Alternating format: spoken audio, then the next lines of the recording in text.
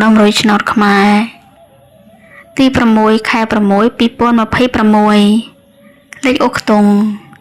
មានខ្ទង់6ខ្ទង់10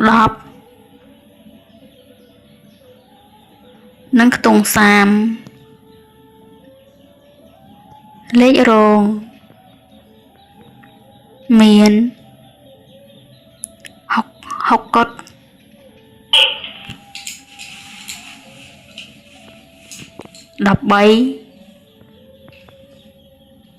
និង38 3លេខមាន809កុដ